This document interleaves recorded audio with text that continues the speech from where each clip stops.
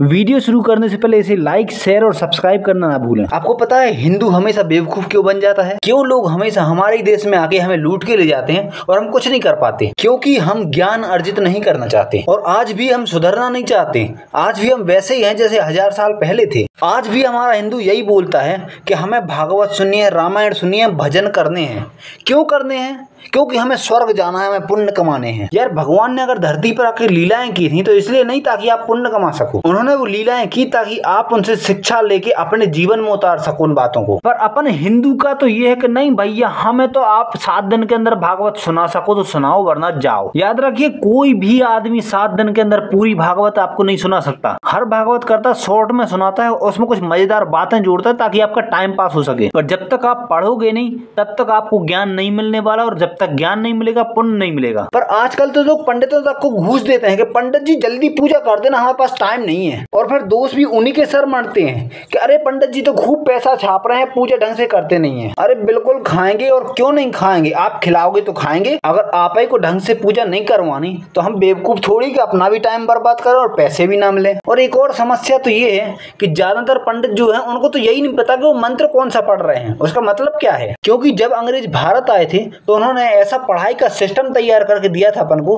कि स्कूल से बच्चा नौकर बनके ही निकलेगा। उसके पास खुद का कोई बिजनेस डालने का या कुछ भी बड़ा करने का आइडिया ही ना हो। वो हमेशा स्कूल से निकल के यही सोचे कि मुझे नौकरी करनी है, ताकि हम अंग्रेजों के हमेशा नौकर बन पाए। पर हमारे पुराने गुरुकुलों में कभी ऐसी शिक्षा नहीं मिलती थी। उनको पूर्ण सक्षम बनाने के बाद ही स्कूल से बाहर निकाला जाता था, ताकि बंदा कभी भी फेल ही ना हो पाए, चाहे नौकरी मिले चाहे ना मिले। आज हम हिंदी के शब्द बोलने में शर्म खाते हैं क्योंकि हमें स्कूलों में यही सिखाया गया है कि इंग्लिश सीखनी है। यार दूसरों की भाषा सीखने में कोई बुराई नहीं है, पर खुद की भाषा का अपमान तो मत करो। मैं भी इंग्लिश जानता हूँ, पर मैं कभी हिंदी के शब्द बोलने में कभी शर्म नहीं खाता। याद रखिए, अंग्रेज भारत इसलिए नहीं आए थे ताकि हमारी गरीबी दूर करके हमें बड़ा आदमी बना सके, हमें अच्छी शिक्षा दे सके। वो भारत आए थे क्योंकि वो जानते थे कि हम उनसे ज्यादा अमीर और शिक्षित और हर चीज में आगे हैं। इसलिए अपने हिंदू कल्चर को नीचा दिखाना बंद कर दो सबके सामने, क्योंकि हम उनसे आगे थे और हम अभी भी उनसे आगे जा सकते हैं अगर हम अपने पुराने कल्चर को वापस से अपना लें तो। अगर नई शिक्षा लेनी है तो लो, नहीं लेनी तो मत लो।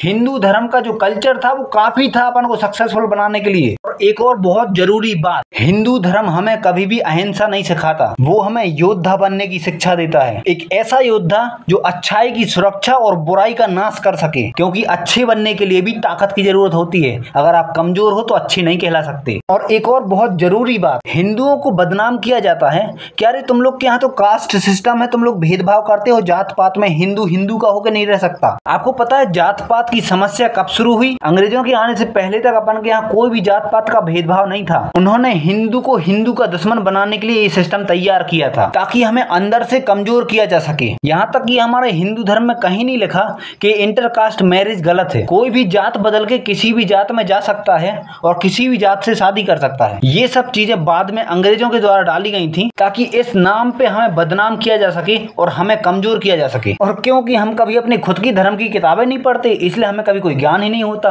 कोई भी नकली बाबा बनके कुछ भी बता जाता है और हम चुपचाप मान लेते हैं। उम्मीद करता हूँ आपको वीडियो पसंद आई होगी। प्लीज इस वीडियो को लाइक, शेयर और सब्सक्राइब करना ना भूलें।